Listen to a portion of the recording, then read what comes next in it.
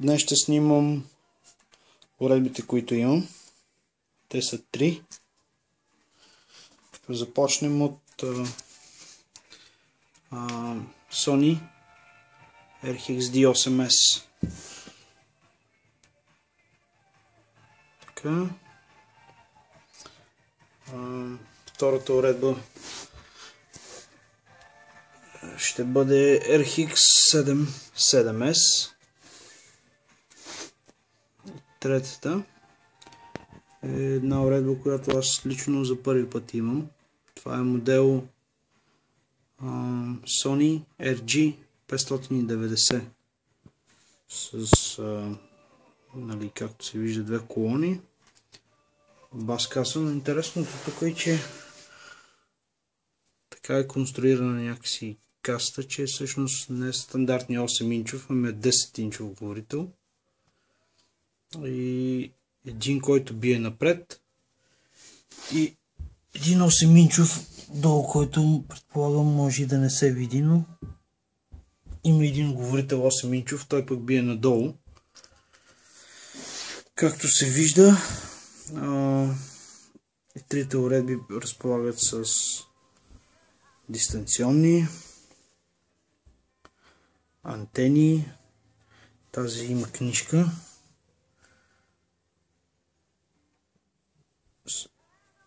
Така, имат антени, FM, AM антени.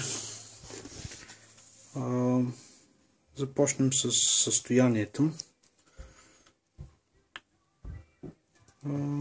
Уредбите са значително запазени. Няма проблеми с технически никакви.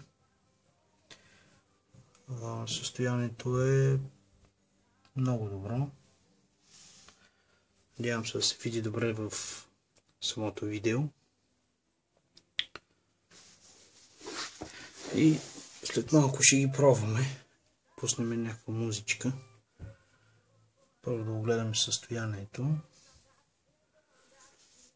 Значи, различното при тази уредба, тази, която е RX77S, предполагам, това е малкият брат на 99, тъй като не мога да кажа 90, защото 90 RX са черните, които нямат нищо общо нито като визия, дисплей, колони, абсолютно всичко е по-различно.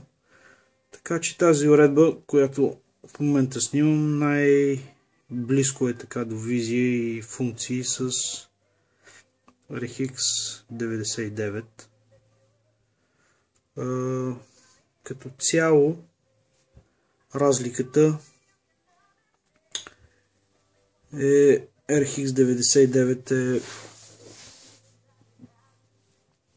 има функция за DJ Mix. При тази го няма. Всъщност го има. Има го, да. Разликата всъщност е, че тази няма геоконтрол, това, което може да допълнително да се направят лични настройки на звука, нали, там за среди, високи, баси. Това има вградените, които са стандартните рок, диско, така нататък. И това, което RX77S го няма, са сараунд колоните. Тази уредба, с която започнахме всъщност, това е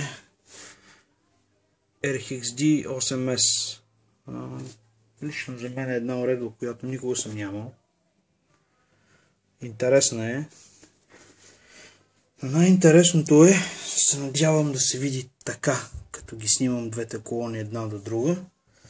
Значи,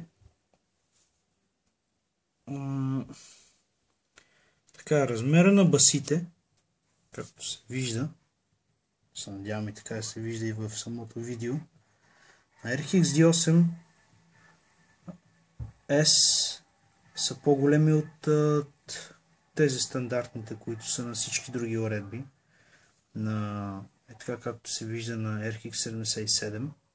Тя е с абсолютно еднакви размери говорители и кутии с 99, така че се вижда ясно RX D8S колко е по-голям баса. Сега, нали, не е извънредно голям, единия да е 10, а другия да е 6, но има разлика. И тази разлика мога да ви уверя, че в звука, в който излиза от нея, е различен. Че като баси, този модел на RX D8S, лично за мен, аз понеже съм имал цялата серия на RXD, тази уредба е единствената уредба, която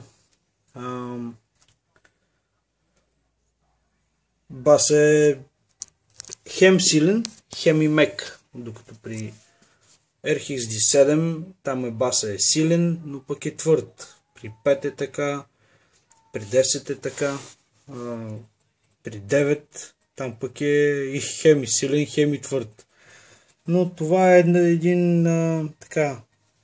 един компромис, добър среден вариант на сила, качество, нали? И в същото време и хубав бас, мек, по-скоро бих казал. Комплекта включват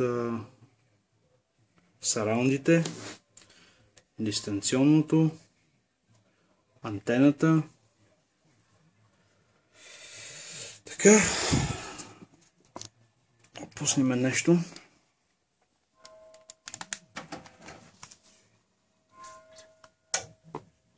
Ще пробваме функцията. Аз забравих да кажа, че всъщност тази 8S е уредбата, която предлага функцията с DJ микса.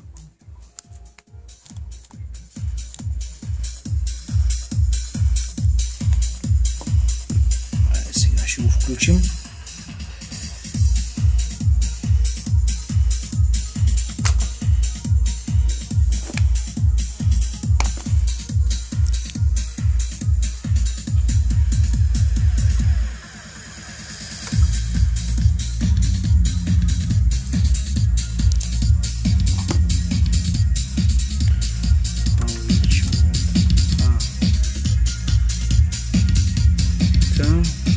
Допълнително има някакви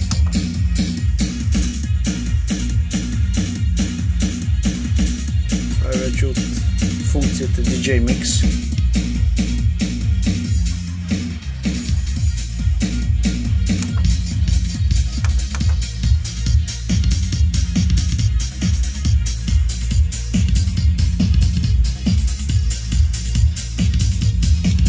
Видяхме, че работи.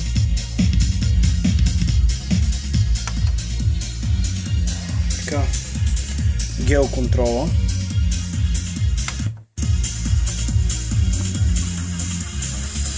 Който аз така съм си го нагласил.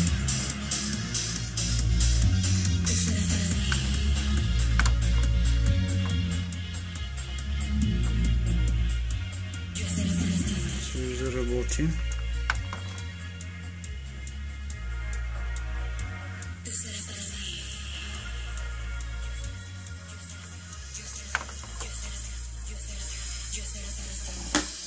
Така. Звука как е. Пуснем сараунда, както се вижда.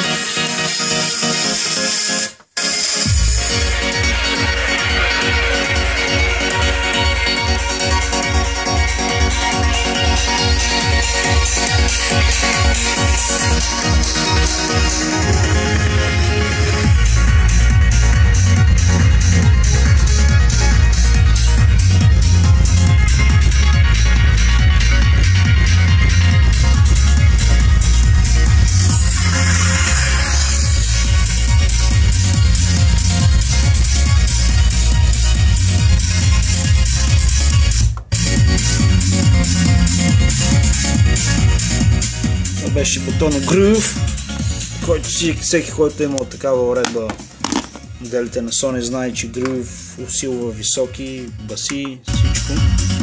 Това е интересното при нея, че е хубаво, има възможност за Sync Pass, тая функция, която е добра, защото поддържа едно хубаво ниво на баси, като се сменят песни.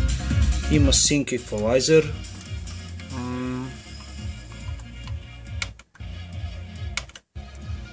Но аз да ви кажа честно, значи DBFB, това което е, нали, Surround,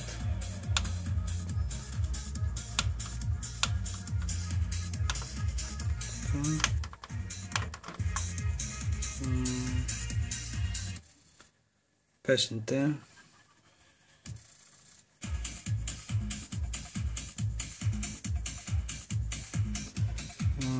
какво друго, но общо взето това е, което мога да кажа за нея. С 3 ченджера е, всичко работи.